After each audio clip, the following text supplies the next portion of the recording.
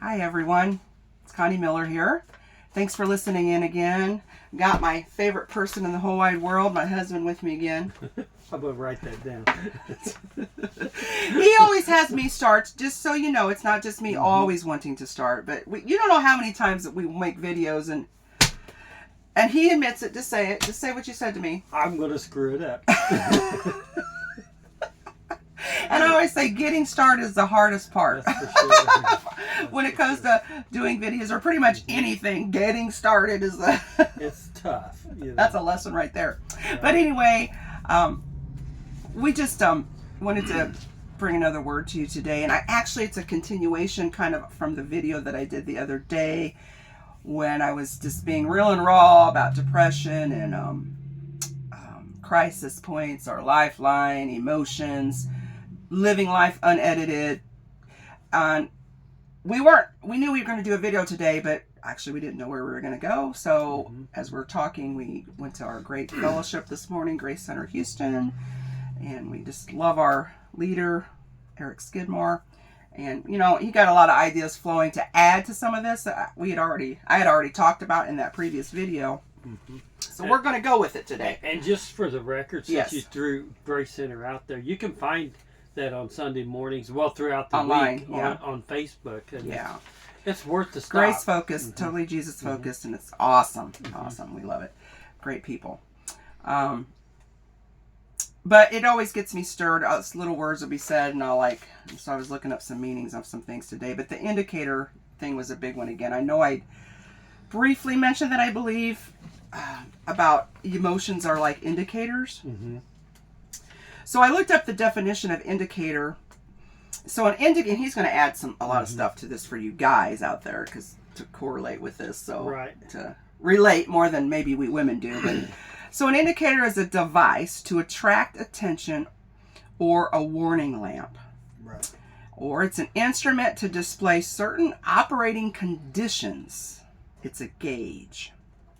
Or a device that records or registers something such as movements of a lift. So I just learn a lot when you look up the definitions. That's right. So correlate that to emotions are indicators. See, we've been taught you can't trust your feelings. Okay, well, I get what that means, right? But why do we throw everything off? Right. If they're indicators. God gave us emotions, okay? So we talked about this beforehand. I'm trying to remember everything we talked about because it was really good. We had just have the pre-recording conversation. Maybe that's what we should do next time. We're going to talk. Okay, let's get the camera out. We're going to start. All right. But secretly, somebody record us, right? right.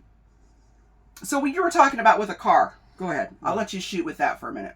Well, you know, one of the things that I think that you said that I think you ought to follow up before I start with the call is the whole gym thing. You know, you mentioned that. What if you don't feel like going to the gym today?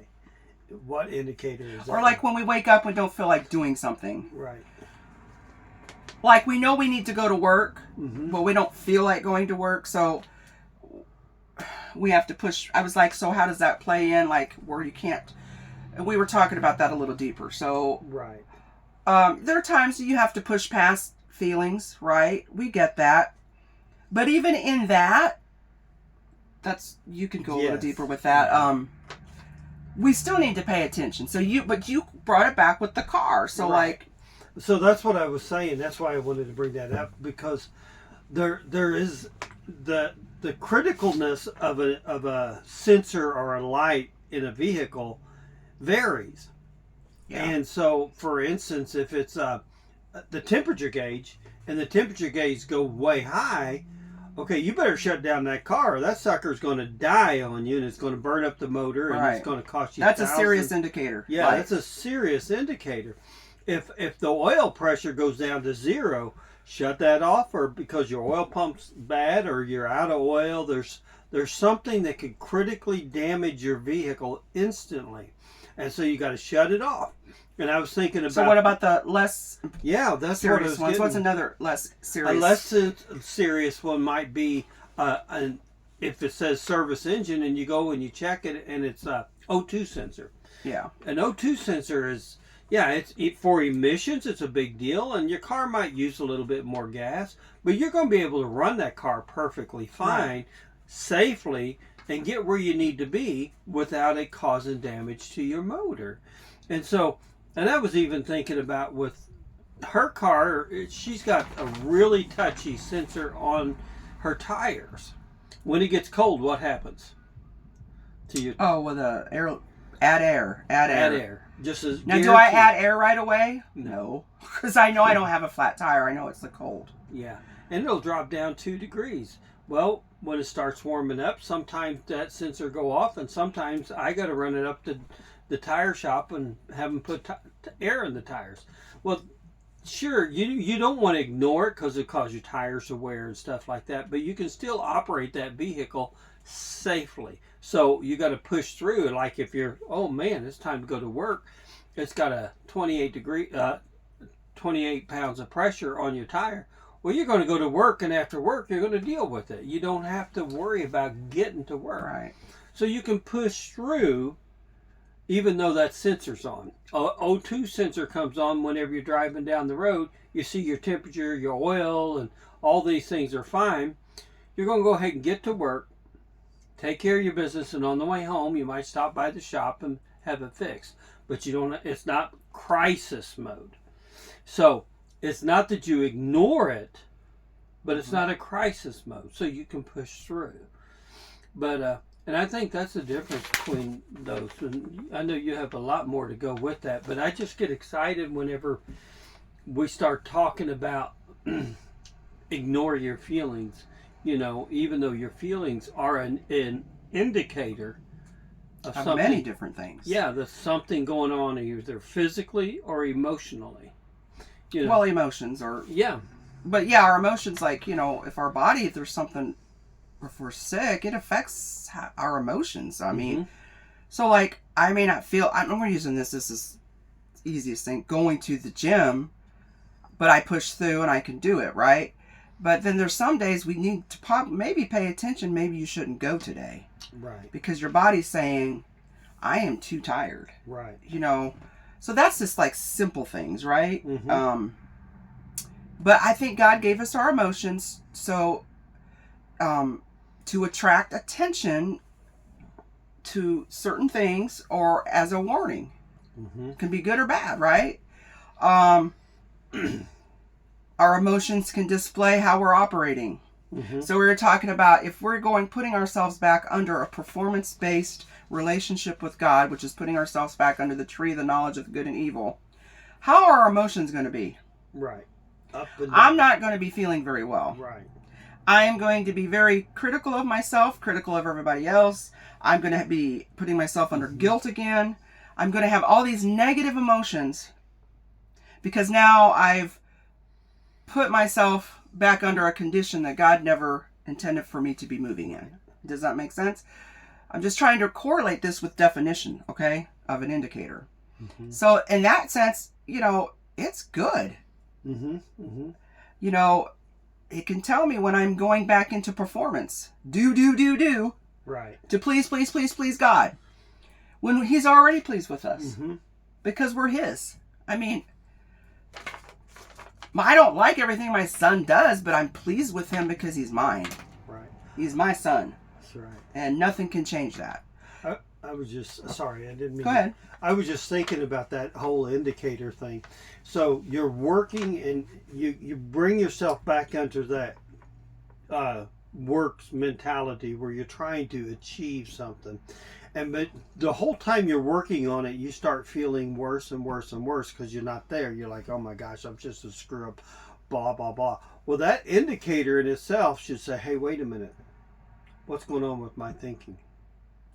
Because obviously your thinking isn't working right because at that time you ought to say, pull back just a minute and say, wait a minute, I need to realize that I'm already accepted, I'm already pleasing to God, he loves me just like I am. And so that way I can reel myself back around, so whenever I start feeling that heaviness and discouragement and all those things that makes me feel like I'm a piece of trash today, I can say, wait a minute, what am I thinking that's causing me to feel like that? Right, because religion, and we're born into it just from that eating of that tree of the knowledge. This is something that's passed down to us of what more must I do? Right. And and especially, there's nothing wrong with being a high achiever and wanting to do things.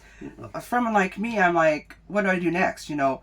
It gives me great satisfaction, but I have to be careful because I can put that on in my works with God. Like, oh God, I'm not doing enough. I must not be pleased. Look, only did this today for you. Or that's religion, Right. and religion has taught us this. Right. What we have to do, when it's already been done. Right. All of it.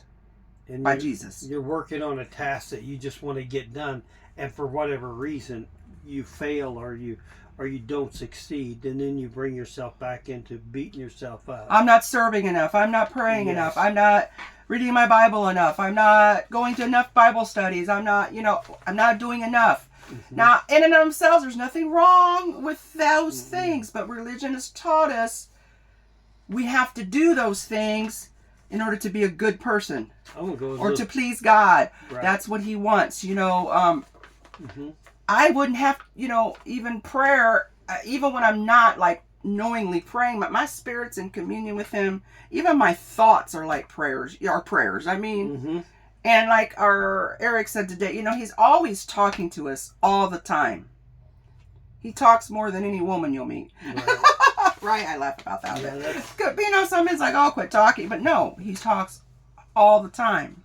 So let's go to the last meaning of the indicator. It says that records or registers something, such as movements. So I was thinking about this, records or registers. So since the moment we're born, we have memories and experiences that we've been recording, that have emotions attached to it. That's it. So whatever the event was, we can have trauma, we can have good, bad, whatever it is. And so those emotions, that memory is there. And I went in about, why are we so afraid to just feel it? And sometimes Jesus wants us to go back to that memory so we can just feel it with him, get all that feeling out before him, no matter what it is, so we can be rid of it. He can heal us. There's healing in that sometimes. But so this is why we have triggers in our emotions. Like, we have this is our second marriage, so you bring in all the stuff that you had in your first. I don't care how much counseling you've had, you're going to have things that will trigger in this relationship. Something will happen, and it may not be each other, but it's a trigger from a memory with the emotions tied to it from the previous one. And then you bring yourself back down under that. Oh, I shouldn't be. Well, no, but we don't even realize what the triggers are. Right. That it's attached to something in the past, in our emotions, right? Which causes thought patterns. We have those old thought patterns coming back up. And you're right, it goes back to thoughts too. It's thoughts. It's thoughts. And so, we have Jesus. We have a whole new way to think, and the more truth we learn, the more he just gives us revelation after revelation of identity, inheritance. We're not that person who we've always thought we were, the old dead who he crucified with him. We died with him, right? But we still have those patterns of thought that can come up at any given moment. That's it. That those emotions are attached to, if that makes sense. So that's, and then in our fellowship this morning, he brought up about, and I talked about this earlier, and I even talked with the guys at the prison, that,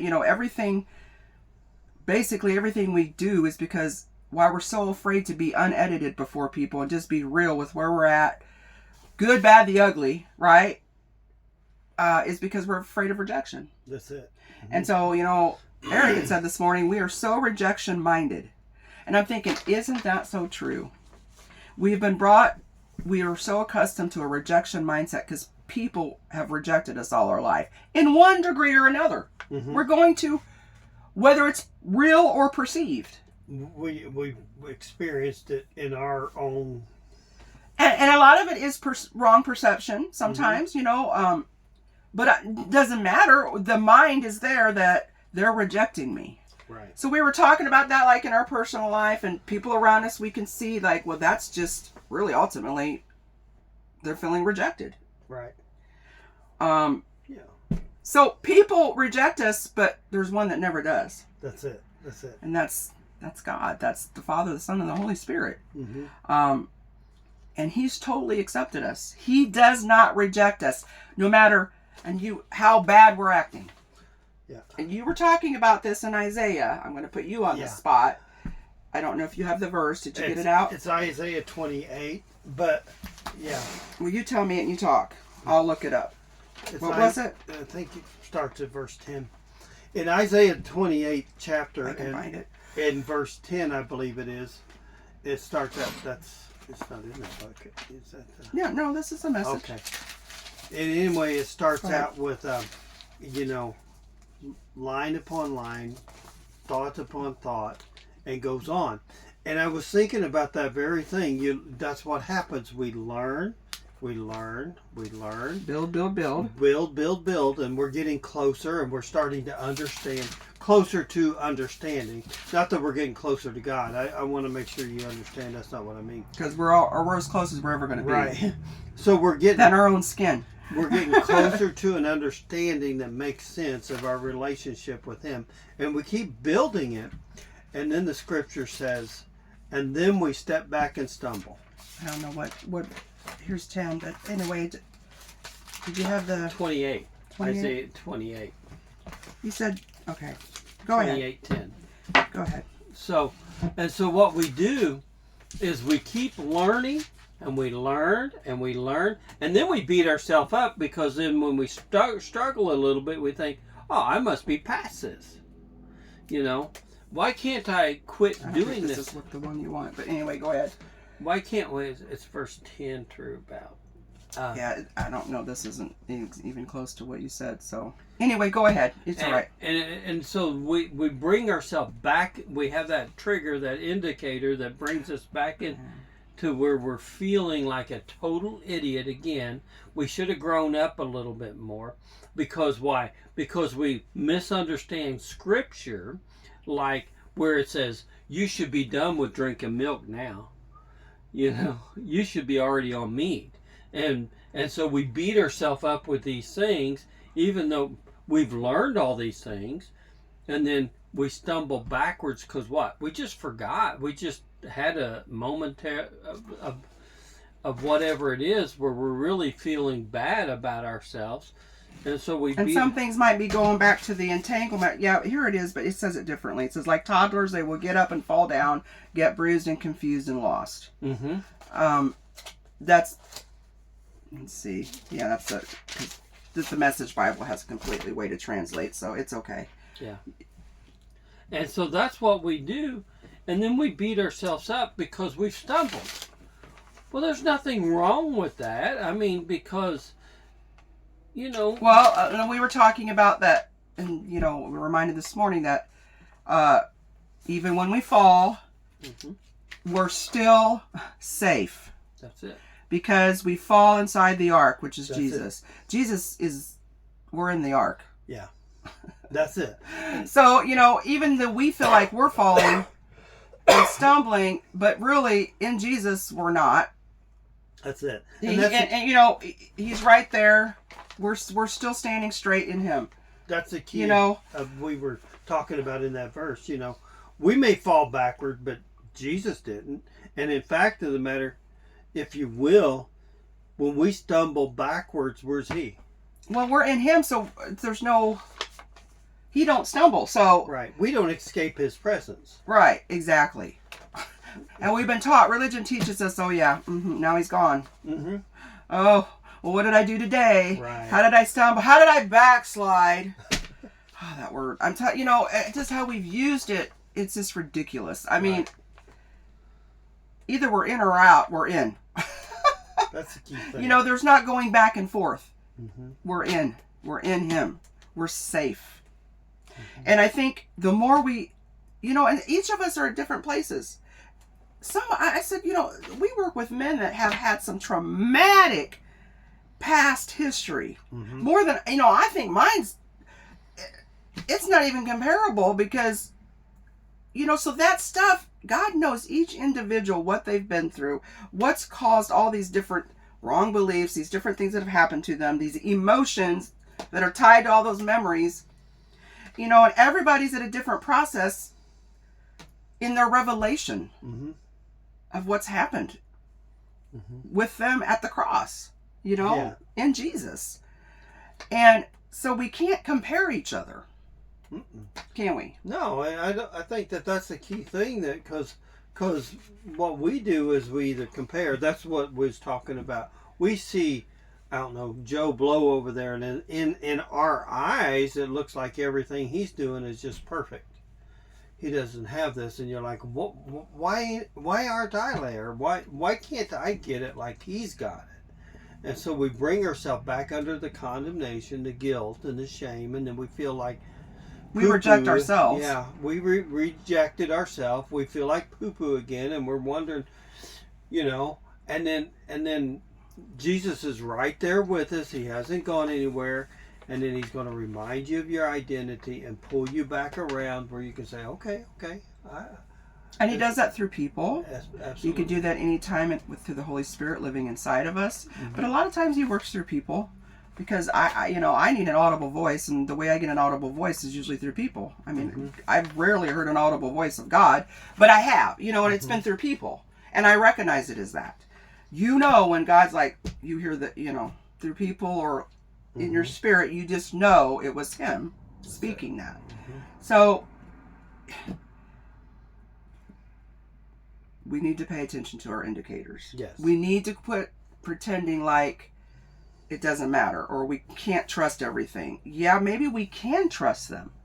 Maybe it's the fact that we just been taught that's a bad thing and that God is trying to show us something. So we can trust the emotions that he's trying to show us something through them. Right. Instead of pushing them off, I don't know, you want to add to that? Well, It's I just was thinking about that. We can't trust our emotions. Thought. Well, the thing is, it's not our emotions that are the issue. It's how we operate. Respond. Yeah, That's what you said. respond in those emotions. Like I said, if her engine says hot, the response should be shut it off. But if the engine says everything's normal and you just got to have a check because your O2 sensor's on, you can continue on for a while. You can, if you will, ignore that for just a minute. He was talking about the gym thing. Well, yeah. Well, let's just use me, because this past, few weeks, depression and I've had a lot of, I'm just gonna be real, unedited, more than this past few weeks, but in certain situations, starting to feel some things that I haven't felt for a while. And I'm not I'm like, okay, so God is, and so I'm learning not to just throw them off. And it doesn't mean it's negative. Sometimes God's showing me, see, you're at a different place than this, what you're hearing, what you're, and then sometimes it's stirring up memories. Yeah.